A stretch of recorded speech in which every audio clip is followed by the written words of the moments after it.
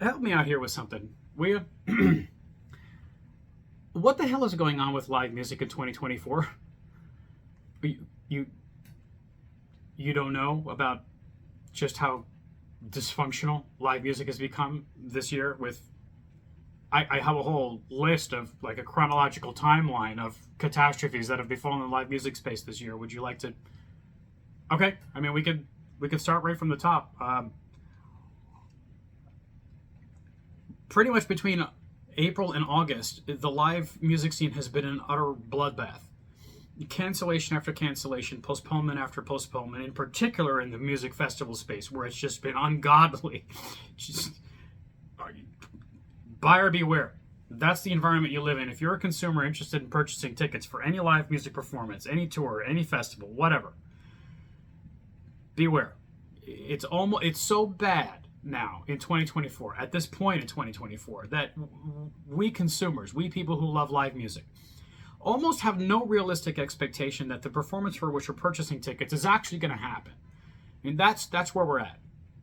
And I understand, tours that are canceled, shows that are canceled for health reasons. That's beyond anyone's control. No one's to blame. It's just that the preponderance of these events in 2024 really has to cause some serious pause among the concert-going public, which increasingly this year, it seems, is tightening the reins on their wallets and purses as it pertains to ticket prices and finding room in those budgets with the rising costs that we've experienced for things like gasoline and groceries. The consumer is balking on a lot of these events, and in many cases, as we're about to see, that's become so problematic that whole tours and whole festivals, I mean, especially again, dozens upon dozens of festivals, outright canceled or postponed. And in some cases, the festival organizers are courageous and upfront enough to just say, "Listen, it wasn't selling, man. I mean, we did our best. Tickets weren't justifying the cost of production." But here, let's start from the top. From the top. From April to August, let's just take that time frame, okay? Because that's when, with the summer touring season now just about behind us, as it approached, wow, it didn't look good. And it continued to look worse and worse, seemingly at times with each passing day. I mean, the Jonas Brothers, April 12th, it comes out that they were postponing their European tour, citing scheduling conflicts, provoking some anger among their fan base with a statement they put out. I'll link to it in the description, that seemed a bit flippant and sort of detached from the ramifications of such shifts in touring plans for people who maybe from going to Europe from the States, investing in some cases maybe thousands of dollars in a trip across the pond to see them. Maybe some of that's refundable, maybe it's not. I mean, you buy airline tickets and you end up not using the flight. Maybe you get a credit for a future flight or something, but you're out of luck with the money that you threw at the hotel, at whatever other arrangements you might have made to travel to the event. Okay, I mean, it's real money for the consumer, especially it seems in 2024. Again, when family budgets appear to be tighter than they were in 2023, when, as we'll also see, the likes of Taylor Swift and Beyonce were absolutely cleaning up to the tune of more than $1.5 billion combined with their tours in 2023 alone. So Jonas Brothers postponed their European tour April 12th. May 24th, here comes 311. They're canceling their tour, citing the rising costs of touring overseas. You might want to have calculated those costs before announcing the tour, perhaps. I don't know. It just seems like you might have wanted to contend with that reality a little sooner than scheduling the tour and canceling it. 4 days later, here come the Black Keys, canceling our tour. And the statement they put out at the same time as they're firing their immensely influential and powerful manager, Irving Azoff, who was embroiled at the center of the whole Fleetwood Mac controversy when Lindsey Buckingham gets fired after a tizzy with Stevie Nicks. They fire him after having reportedly hired him specifically for the purpose of really promoting a successful tour behind their latest album. They cancel the whole tour, and they come up with this way of branding the cancellation as an attempt to create a more intimate experience for the consumer. In other words, those arena tours, those arena shows for the Black Keys weren't selling, and they're going to go to smaller venues. I mean, I'd love to see the Black Keys at the Beacon Theater in New York City someday. That'd be cool. It indeed might be more intimate. And hearing Dan Auerbach do his thing, slinging on a stage in a smaller venue like that, I'm totally down for that. But perhaps their arena touring days are behind them, and perhaps the Black Keys have come to terms with that. Unfortunately, though, again, the consumer is left holding the bag, right? Days later, J-Lo, hey, you know what? I've decided I'm going to spend more time with family. Not doing my world tour. She's got a new record out that's not really connecting with audiences. She hasn't had a real hit in a decade. She alternately was sort of branding this tour as a greatest hits tour or a tour in support of the new record. No matter how she branded it, people weren't buying it, and ticket sales were disappointing enough that the tour has now been canceled as of June 1st. Now, Neil Young and Crazy Horse were on this tour early in the summer, first half of the summer. The early reviews of the tour were great. Band's bringing lots of energy, playing with Willie Nelson's son. I think it's, is it Lucas? Forgetting his first name. Neil Young had that band called Promise of the Real with Willie Nelson's kids. Well, on May 23rd, hours before showtime, Neil cancels his Crazy Horse show in Chicago. Okay? I mean, imagine, what that's like, again, from the consumer's perspective, right? I mean, think about the person who was about to see, 77, 78-year-old Neil with Crazy Horse for the first time. And you buzz through work on the euphoria of the show that you're about to see that night. And you head home, you get all spruced up, and you go out to the venue only to discover once you get there or shortly thereafter, just kidding, not happening. The next month, Neil and Crazy Horse cancel the remainder of the tour altogether, citing illnesses. June 29th, illness again, Pearl Jam. Apparently there's an illness that rampages through the band. They cancel shows in London and Berlin because of that. A week later, Ann Wilson battling cancer. Again, no one to blame. It's terrible, tragic that she's fighting such a serious health crisis. But the preponderance of these events in 2024 again creates this sort of buyer beware environment, right? These aging classic rock bands like Heart might be more prone, and Neil Young, even Pearl Jam. They're not no spring chickens either at this point. I've been listening to Pearl Jam since I was in the 7th grade. Okay, I ain't no 7th. In my soul, I'm a 7th grader, but in reality, on the outward appearances are that I'm a nearly 45-year-old father of 2. Okay. So Heart cancels their tour on July 8th. A week later, here comes Kyle Gass with his brilliant remarks around the attempted assassination of Donald Trump. Jack Black recoils at the ignorance of Kyle Gass's decision to make these asinine remarks in public about that obscene event.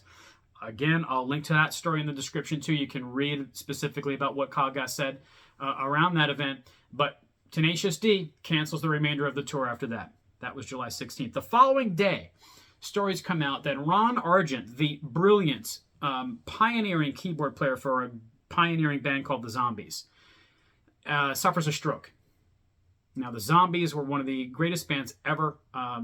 Their influence, the beauty of their music, to this day, you see their songs pop up in like Minions movies and stuff, Time of the Season, Tell Her No. Their stuff, the Zombies were just hard, unlike the vast majority of other bands that were their peers at the time in the 60s. And to this day, their music is proving itself to be timeless enough to still find room on soundtracks in big budget movies like those Minion flicks. And that's why my kids know the words to Time of the Season, ages 10 and 5. Because Dad's rocking out the Zombies in the car, and they're hearing the Zombies in the Disney movies that they watch. But terribly, Ron Argent suffers a stroke, forces the Zombies finally. Again, here's this nearly or actually octogenarian band suffering health crises, to which they might be more prone than younger groups, that in the Zombies case forced them to retire from the road for good. Here we go again with another nearly octogenarian performer in Steven Tyler. Half a month later, a couple weeks later, Aerosmith cancels the remainder of their farewell tour. This comes out August 2nd.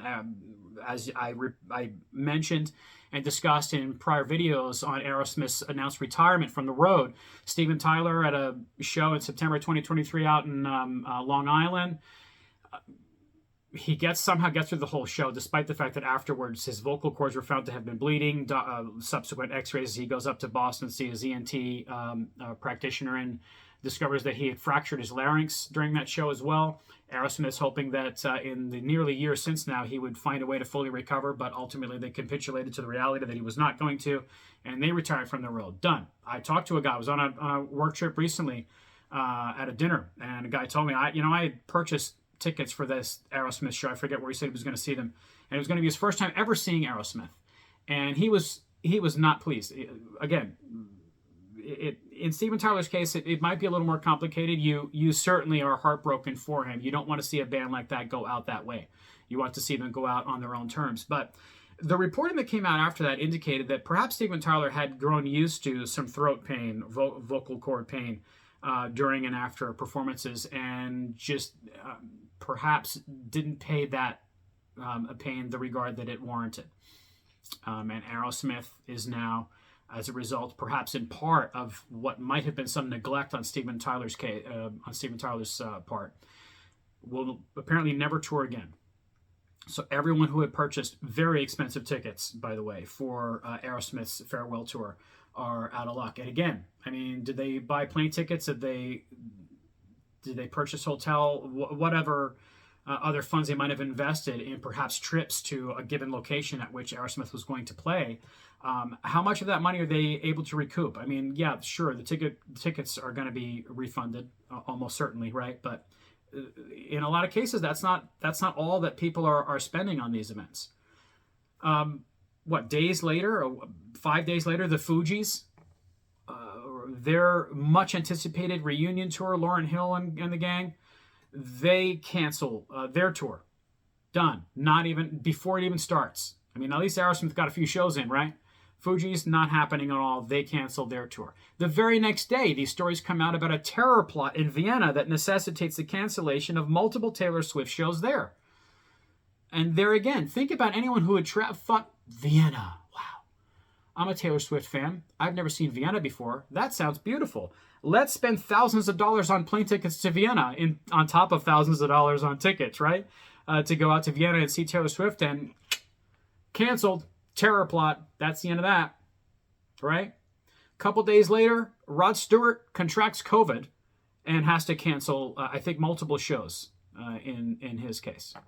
A couple weeks later, Helmet, if you remember them, cancel their fall tour altogether. Ticket prices might have been a little less exuberant than they had hoped. Or rather, ticket sales. As we're about to see, this is not just a story about the price of tickets being too expensive. It's a little more complicated than that. August 24th, Queens of the Stone Age announced that Josh Homme is recovering from surgery, perhaps related to the cancer diagnosis that did go public in 2022, but they were not that specific about that, at least in initial statements out about why they were canceling their tour. But there you go with Queens of the Stone Age, done. That tour is not happening. A couple days later, Scorpions lead guitarist Matthias Jabs, he suffers some kind of undisclosed injury. They have to cancel dates because of that as he recovers. A few days later, Bad Religion cancels their North American tour due to unforeseen circumstances. That same day, stories come out saying that Chapel Roan cancels multiple shows in Amsterdam and Paris due to scheduling conflicts. Really? As one angry fan noted on social, there have been rumors about the Paris cancellation for weeks from reputable sources, but it's only 5 days beforehand that we get an official confirmation? What's the excuse there? What about the people who booked traveling accommodations that are not refundable? Exactly. Chapel Roan's a younger artist. She's experiencing this meteoric rise, the rise and fall of a Midwest Princess record, which, by the way, was the subject of the very first short I ever produced for this YouTube channel. Because I love that record. I do agree with the hype. Chapel Roan is rescuing pop from itself. I may, in fact, do a video to that extent. I mean, Pink Pony Club, hot to go. I'm here for it. Red Wine Supernova, all that stuff. It's a killer record. I love it. I disagree with Anthony Fantano, who seemed rather less than exuberant about that record, and posted a review about it that was kind of middling. But what I hear is a really killer pop record there, and she's caught on. She just played nearby where I am. You should have seen the line around the block at that venue. A lot of teeny boppers hanging around, dressed in costume, waiting to see Chaperone. But because she's young and she's a bit new to this game, at least on the scale on which she is suddenly finding herself having to play it, scheduling conflicts seem a bit amateurish for Ron and her team to be experiencing. And I think you see some of that very suspicion in the anger among fans, and that was just one of a multitude of social media posts. There was a bit of a backlash as a result of that. But that same day, stories also come out about Ween, one of my favorite groups, Chocolate and Cheese, right? Isn't that that great record with so many killer songs on it? These guys are nuts, singing songs about spinal meningitis and things. I mean, just go see for yourself. You'll see. I know that it'll make sense, kind of, if you actually go and listen to it. All right, but they cancel shows or the remainder of their tour because they've pulled off the road because Dean Ween wasn't feeling it mentally. Mental well-being, has got a mental health thing of some kind going on. Wasn't able to withstand the strain of touring at this moment in his career, and they pull back from the road. The following day, quite terribly, these are all cancellations and postponements, but almost as if in this macabre way, the icing on the cake of the dysfunctionality in the live music space that I've just reviewed, Fat Man Scoop dies mid-performance. I'll link to that story. And again, it's beyond macabre that we live in this age in which your death can be recorded on a cell phone camera and then sprayed across social, as was the case with Fat Man, who seemed to be fine 1 second and keeled over the next. He's riling up the crowd. He's into it. The crowd's pumped up. It's happening. It's hopping. And then he just keels over and subsequently is pronounced dead. That's the end of his career. And again, is it the man's fault that he died? Of course not. Is it Ann Wilson's fault that she contracted cancer, or Rod Stewart's fault that he contracted COVID, or Ron Argent's fault that he got a stroke, or Neil Young's fault that his octogenarian band fell ill, or Pearl Jam's fault that they all fell ill? But do you hear the abundance of such circumstances happening in a rather crunched down time period here in 2024? Again, it feels awfully like right now we're living in a buyer beware environment, and it's certainly not just health concerns that are causing these issues. As you heard in some of those cases, J-Lo, Black Keys, maybe Helmet, other groups like that, they're not exactly top of mind at this moment here in 2024. Their glory days are well behind them. It's a ticket sale and economic and financial pressure issue that's causing these. But it almost doesn't seem to matter how big your name is either. Let's just go switch gears here from the touring space to the festival space. Oh man, that's where the bloodbath really commences. Okay? Jay-Z's festival, the Made in America festival, for the second year in a row has been canceled. Those stories came out in April, and thank goodness they did, because this is a festival that was scheduled for Labor Day weekend, which in 2023 was canceled a mere month before it got underway. Now, hey, at least fans got 5 months' notice, right? I guess that's the good news. Second consecutive year it's been canceled. This is a big-time festival with the heft of Jay-Z's name behind it.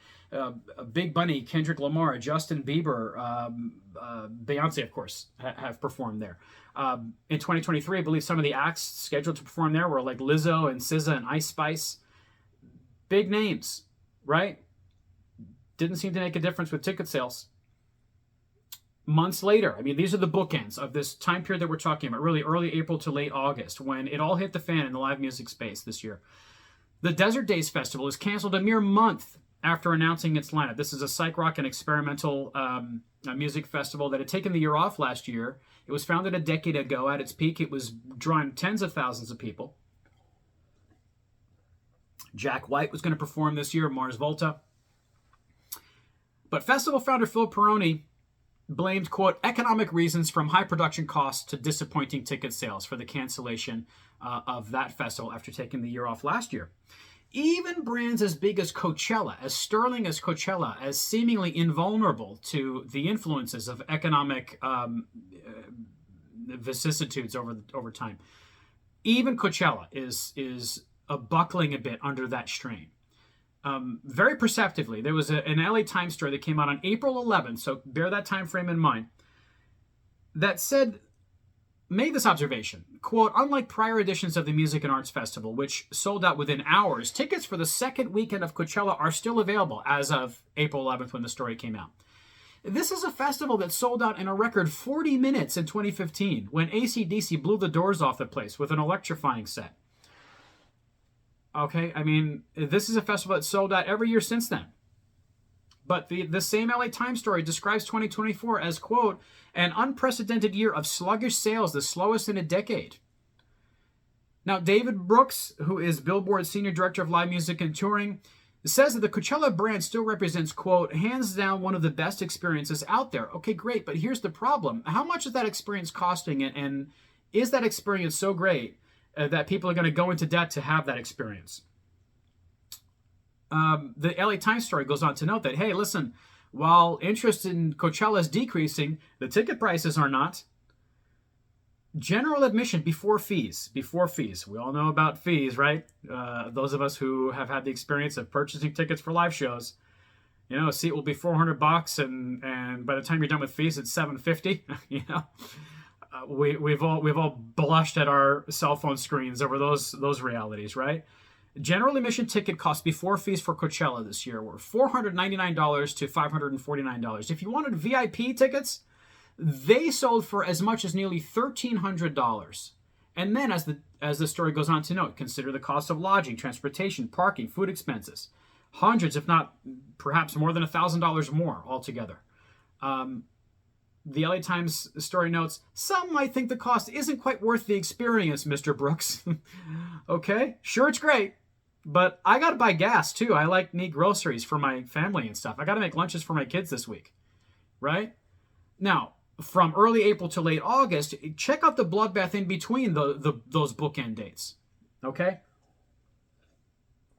There's this site called musicfestivalwizard.com that has taken it upon itself to continuously update a log of festival cancellations in 2024. Yes, that's how bad it's gotten. There's a log, y'all. All right, we're logging it now. And wait till you hear the length of this list of festival cancellations. It's insane. Have you yourself been on the worst end of this stick?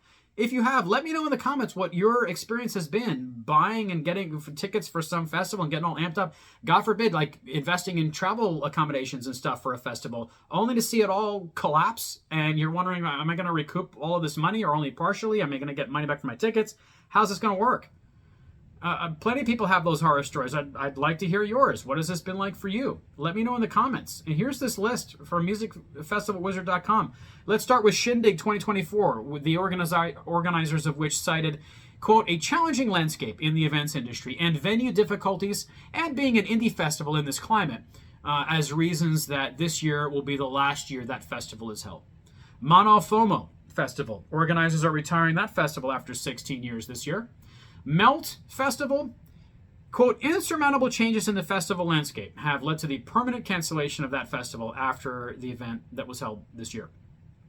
The Sideways Festival, organizers there say that the general economic situation of recent years and the rise in cost levels have significantly affected the possibilities of making the event in its current form profitable. In other words, tickets were not selling. Okay? Nostoc Festival. Quote, after losses incurred during COVID, that's a scapegoat you're going to hear a lot, and it's not necessarily a cop-out or an illegitimate one. It's a very real dynamic, I think, in this narrative, as we'll get to here in just a bit. Losses incurred during COVID, then straight into cost of living crisis, right? Inflation. Financial risk is becoming too great. In 2024, we will be opening the gates to Nostoc for the final time. That final event was indeed held July 18th to 24th out in the UK. Field Maneuvers Festival. Ending after this year because, quote, it's taken over our lives at the expense of families, jobs, and other projects. Perhaps if it continued to be financially viable, those sacrifices would have been endurable. But DJMag.com reports that, quote, a spokesperson for field maneuvers, said that the festival needed to do some radical rethinking in order to survive due to the cancellation, listen to this, of 21 UK festivals earlier in the year. In the UK alone, earlier in the year, prior to this cancellation, 21 other festivals were canceled. What is going on?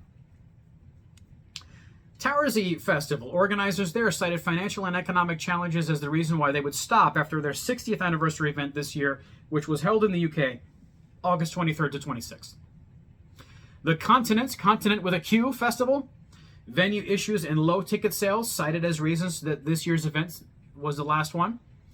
All In Music Festival canceled without reason given, with organizers saying they plan to come back in 2025. But guess what? The people who invested money in travel accommodations to go there in 2024 are not exactly consoled by this wonderful news that you're going to make a strong comeback next year. This year is when I spent the money. This year is when I'm not getting perhaps the money back for that flight. Maybe even for that hotel or other travel accommodations that I had to invest money in to go there. Pinefest Festival. That UK festival's organizers announced with a heavy heart. You're going to hear a lot of heavy hearts in these quotes, by the way. Everyone's heart's very heavy over this. That the 2024 event will not take place due to reasons beyond our control, and other phrases about to become very familiar to you, I promise. Okay? Sierra Nevada World Music Festival in Boonville, California. That event's organizers cited, quote, extreme financial challenges as the reason the event was canceled. The Lucidity Festival. I'm just getting warmed up. I mean, there's a whole lot here. In Santa Barbara, California. Check this one out. That festival's organizers announced, with a heavy heart, that they had to postpone the event until next year because, quote, the Santa Barbara County Fire Department and California Highway Patrol have denied permitting due to high fire season, impeded evacuation routes, and new scrutiny on venue capacity. The El Dorado Festival. Another UK event, those organizers announced that they were heartbroken over the cancellation of this year's event because they have, quote, battled a dramatic rise in operation costs for running a show like El Dorado, including the increased cost of living on the festival industry in our community. They face the potential for catastrophic losses, they said.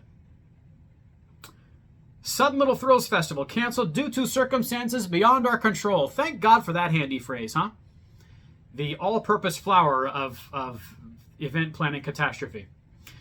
Blue Ridge Rock Festival in Virginia could not proceed this year because its organizers, get this one, are embroiled in efforts to, quote, settle the insurance claim and ensuring resolution for everyone affected by 2023's weather cancellation.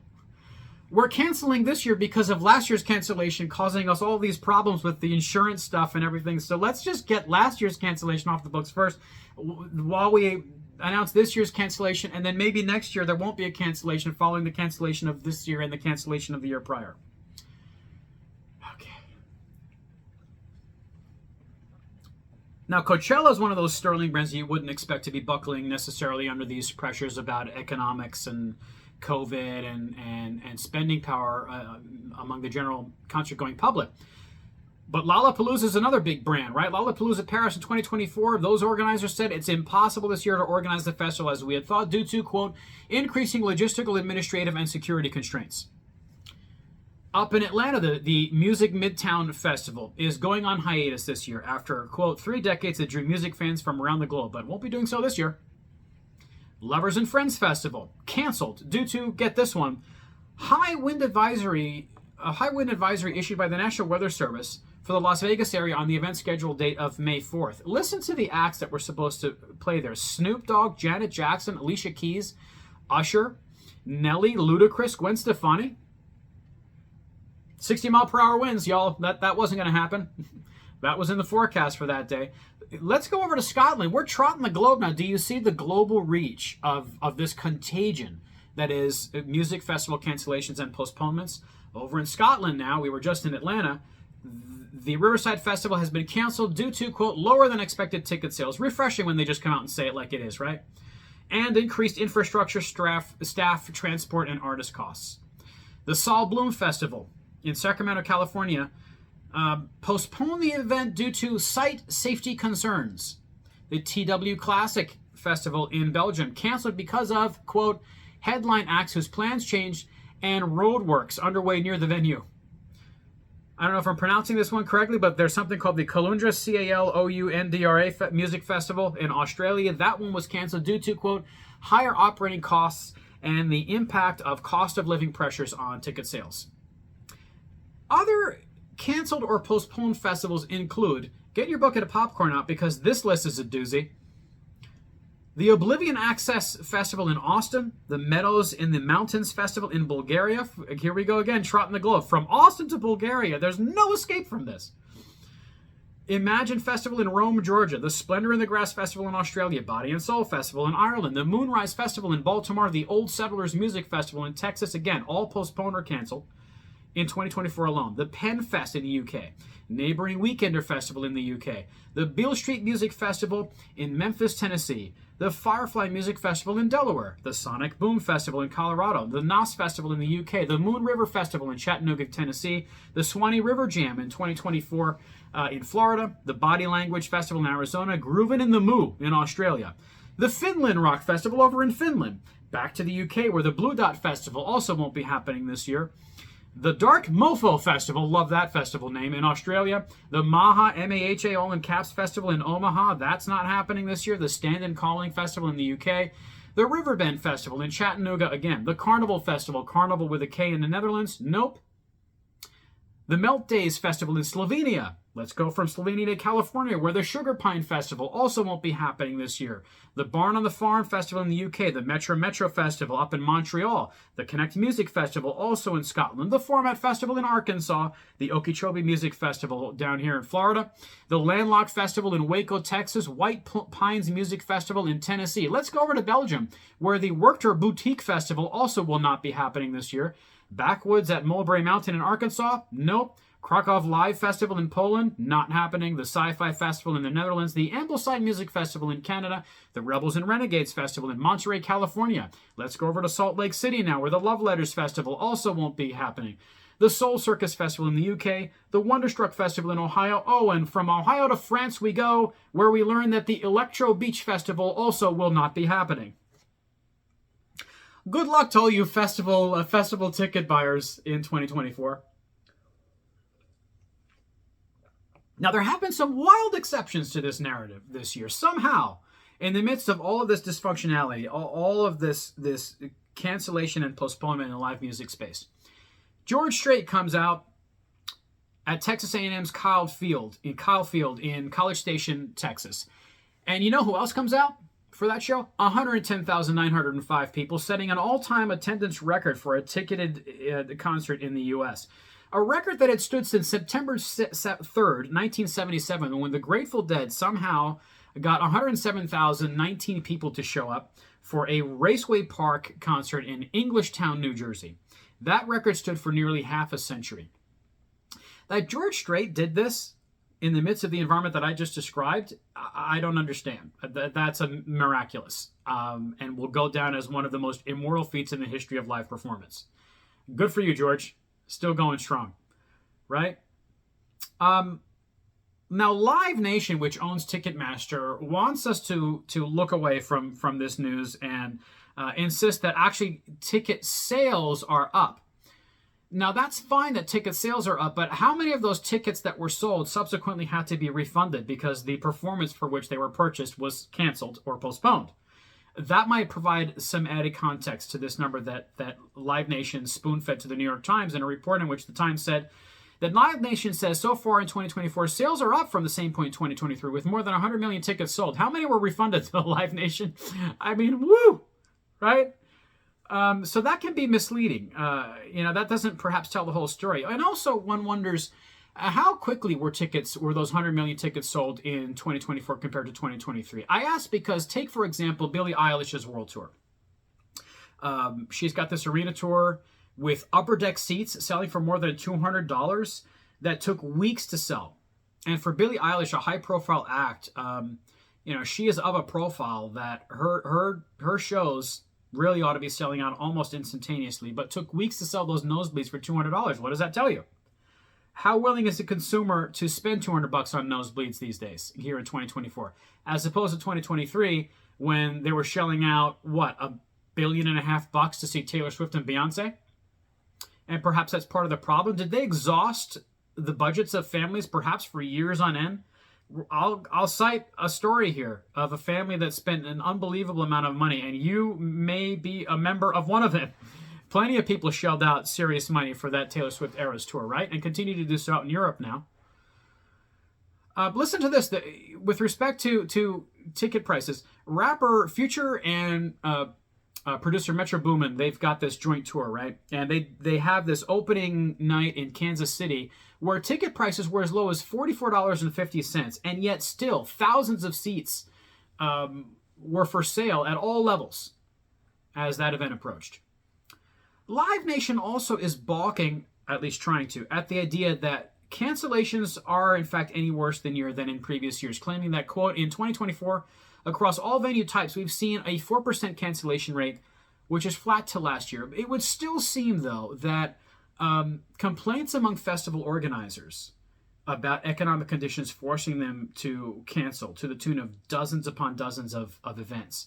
And these high-profile tours that are being canceled, the Black Keys, J-Lo, and others, really, at the very least, creates a public relations headache for a company that doesn't need any more public relations headache, right? As the New York Times reported, prominent cancellations of high-priced shows is another possible PR headache for Live Nation, the owner of Ticketmaster, which in May was sued by the U.S. Department of Justice over accusations that it operates an illegal monopoly that stifles competition and results in high prices and fees. And we all are familiar with the dysfunctionality at Ticketmaster, right? Taylor Swift concert goers know all about that all too painfully. I mean, there were hearings on Capitol Hill after that cluster, right? Remember that? It's amazing to me that with the abundance of these octogenarian acts, these aging bands, having to cancel or postpone whole tours or at least individual dates, we've seen guys like 83-year-old Bob Dylan or the Rolling Stones, who I think all of whom, perhaps with the exception of Steve Jordan, who's now filling in for the late Charlie Watts, uninterrupted touring. You don't hear these stories coming from Dylan and the Stones. Each act it continues to tour strong, as the Rolling Stones did this year and as Dylan does, I think, as I speak. So you've in this risk-laden environment in which it really feels like a buyer beware situation, if you're looking ahead, let's say, to 78-year-old David Gilmour, Pink Floyd lead guitarist, planned shows in support of his new record, Luck and Strange, is coming out on September 6th. He's got shows scheduled in Rome, in London, in LA, in New York. I think about maybe a dozen or 13 or so. You're going to buy tickets to that show without at least thinking about whether you want to buy the tickets to go to Rome, to fly to LA, to fly to New York, to see David Gilmour, when the frame of reference for aging acts like him is that shows are getting canceled, as was the case in Chicago with Neil Young and Crazy Horse hours before the doors open. Oasis is having this reunion tour. I mean, to what extent are we confident that Noel and Liam Gallagher are going to get along enough for that tour to not be canceled abruptly? Right? Coldplay's got this new record coming out on October 4th called Moon Music. They're planning a world tour. I have seen some dates on their website already. Are ticket sales going to be strong enough for that world tour to justify the cost of production, or are they going to go the way of the Black Keys? This has to be on the consumer's mind at this point. Now, there was an interesting Yahoo Finance story looking into reasons for this crisis in live music in 2024. And it notes, and I'll link to this in the description, there's a wonderful video with Rachel Akufo, who talks in some depth about why this is happening in 2024, especially compared to 2023, which was a very different situation. And story after story alludes to that striking contrast. The Yahoo Finance story notes that Time magazine reported in March that by the end of 2023, nearly halfway through her run of its scheduled 152 shows, Taylor Swift's Eras Tour had taken in $1 billion to become the highest grossing tour of all time. Well, that was last year.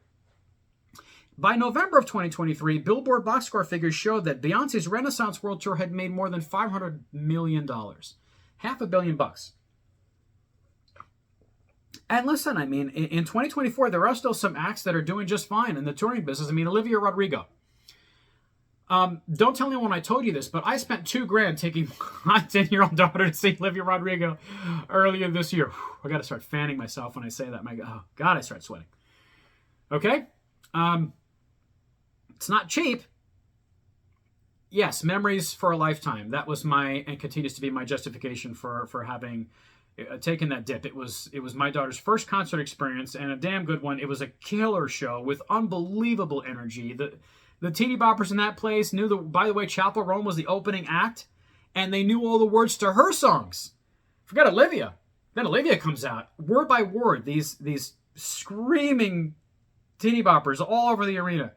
And my daughter, age 10, also knew the words to many of these songs and was jumping up and down, screaming, and they almost blew the roof off of this place. And Olivia worked the crowd like she is a tour veteran who's been doing this for decades. It was a killer show, but man, it wasn't cheap. And listen to what she's making on this tour, even in this climate I just described in 2024. In April of this year, this Yahoo Finance story points out, Olivia Rodrigo made nearly $8 million off of her 4 shows at Madison Square Garden alone. So there's still serious money in touring. It's not like it's a hopeless landscape, but it's a perilous one, in particular for the consumer, right? J-Lo and the Black Keys, the Yahoo Finance story gets into that and does identify ticket sales as the reason for cancellations in both cases. And J-Lo is not alone. Black Keys are not alone. The LA Times reports via Pollstar that, quote, in the U.S., the top 100 tours. Now, here's where we get some more specific information. I mean, Live Nation just wants to paint with a broad brush and say, well, listen, tickets across the board, they're up however much, percent over the same time last year. But if you look more specifically into the top 100 tours as this LA Times figure does, thanks to Pollstar, the top 100 tour saw ticket sales down almost 15% from a year ago, although ticket prices are up nearly 10%, 9.4% to be exact. Quite the inverse relationship there, right? Hello, concert organizers. Can you take the hint? Those prices are going in the opposite direction of interest, okay? Rachel Akufo, Yahoo Finance, also identifies a, quote, laundry list of tours that potentially fans can spend money on. Maybe it's an oversaturated market right now, and maybe COVID is to blame for that, which we'll get into here in just a second. Akufo notes the abundance of tours vying for consumer dollars this summer, including Nicki Minaj, the Rolling Stones, Bad Bunny, Green Day, the aforementioned Olivia Rodrigo, Smashing Pumpkins were out there. I wanted to go to that show, but couldn't make it happen financially, to be honest. Akufo says this: there are too many things to spend our money on at the moment, and people are pulling back, so the timing for some of these big tours just isn't great. But it's not necessarily just ticket prices. I mean, you might think so, and I certainly made that assumption when I first started digging into this. But Akufo notes that a Bureau of Labor Statistics report in May showed that concert ticket prices had risen nearly 3.4% year over year through April, which she said was, quote, the lowest since 2021 and the second consecutive month of declines. And she suggests this may signal a return to normalcy after those insane profits for Swift and Beyonce. It may also be a return to normalcy for demand for live music after the incredibly exuberant craving for live music that erupted in the aftermath of COVID shutdowns, right?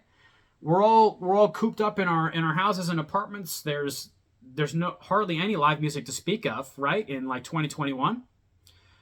Finally, the shutdowns start to ease. Gradually, society starts to emerge from the dark cave that was the global pandemic, and live music returns. And man, did we collectively have a hankering for that. And we were paying top dollar to have that experience after being starved of it for years. A June 1 NBC News story, though, on the J-Lo and Black Keys cancellation, quoted SeatGeek's report that, quote, the average ticket price to attend a summer concert is down to $213 from $257 around this time last year. So this may not just be a story of tickets being too expensive, but those are some pretty broad numbers. Again, if we get more specific, as this New York Times stat does, we start to see perhaps a different picture emerge. A New York Times piece said that the average ticket price for one of the top 100 tours around the world was $131, which is up 23% from the year before, according to Pollstar. trade publication that tracks ticket prices. Okay, so again, if you contextualize ticket prices in 2024, you start to see that actually, again, there's a bit of an inverse relationship between the prices of tickets this year and interest in those tickets, or the extent to which families in particular on family budgets who need to buy gas and groceries at a time when the prices of both are at times feel staggering with our struggles with inflation in recent years, they're just not doing it. A Yahoo Finance poll, interesting, showed that very depressed willingness to spend on live music. Their poll yielded the following conclusion. More than half of respondents to that Yahoo Finance poll said they were unwilling to spend more than $50 on concert tickets. Another 34% said they would spend up to $150, but no more than that. Now, there's this Taylor Swift and Beyonce effect, too. We just talked about the COVID effect that might be depressing in 2024. Ticket prices that were not the only basis on which decisions were made to spend on live music last year. An LA Times story reporting on weaker than normal ticket sales for Coachella this year noted declining ticket sales and a willingness to shell out big money for concerts is a thing after a year in 2023 when, quote, fans shelled out insane amounts of money for Taylor Swift and Beyonce's concerts. They further go on to report that the saturation in the concert and festival market that came with the spike in live performances after the pandemic may also be causing fan fatigue that could be hurting Coachella's sales. So Taylor Swift and Beyonce, bankrupt families, right? They're spending thousands of dollars to go to these shows, take their in particular their daughters, right, to these Taylor Swift and Beyonce shows. They perhaps broke the bank after they crawled out of their caves following COVID shutdowns. So there you have a couple of variables at play, right? And with respect to the COVID point, the LA Times spoke with a guy named Bill Ward. He's the director of Syracuse University's music business program, who said this, quote, "This is one of the strangest times we've ever experienced in live music in the history of the business because of, quote, this rebound from a period of not having shows for a couple of years. Finding out what the new normal looks like is going to take a couple more years." Word further said on the music festivals in particular that a lack of early commitment from ticket buyers coupled with the increased cost of putting on a show creates a dicey environment for those festivals. Going back to the COVID effect real quick, this story also says the following, quote, "For the concert business," this is a New York Times piece, "2023 was a champagne-popping year.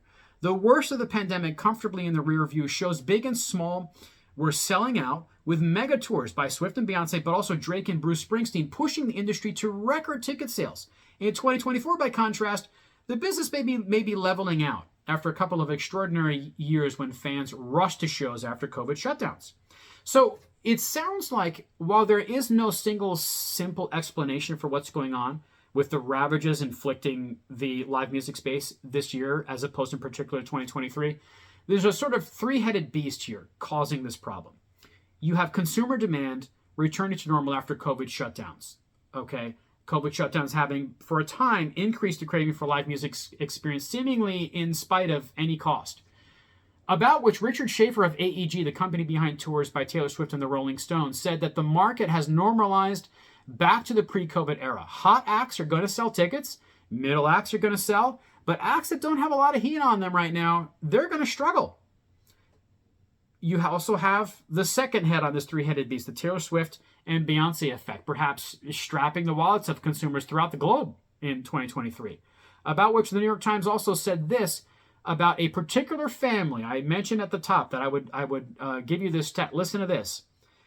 Just your typical American family who the New York Times spoke with, the dad of two teen daughters, told that paper, quote, "After they spent nearly $3,000 for 4 tickets to see Taylor Swift's Eras Tour in November 2023, which doesn't count transportation, parking, and souvenirs, in 2024, spending another $300 per ticket on upper deck seats, say to at one of those Billie Eilish shows, just not in the cards for them after what they spent last year." Then you have cost of living and inflation putting added pressure on consumer spending as well. Okay, cost of production for tours and festivals being impacted by that. Steve Martin of a company that books tours for the aforementioned David Gilmour says, quote, "Working class people are concerned about groceries and the price of gas." Indeed. And so maybe they're not splurging on tickets to Rome to see David Gilmour. in 2024, right? We'll see. Maybe we're wrong about that. But as I said, tell me your tour horror story. Were you refunded for tickets? Did you buy for a festival or a tour that subsequently was canceled? And did you have some non-refundable costs, travel accommodations that you booked? How did that go for you?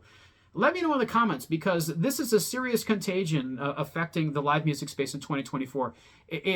I don't think it's hyperbolic to describe this as a crisis at this point. I am very curious to see those who are watching this video, who among you has experienced some of this. Let me know in the comments. And man, buyer beware. Careful buying those David Gilmour or Oasis tickets going forward. With a precedent like this in 2024, there's really no telling how that's going to turn out for you.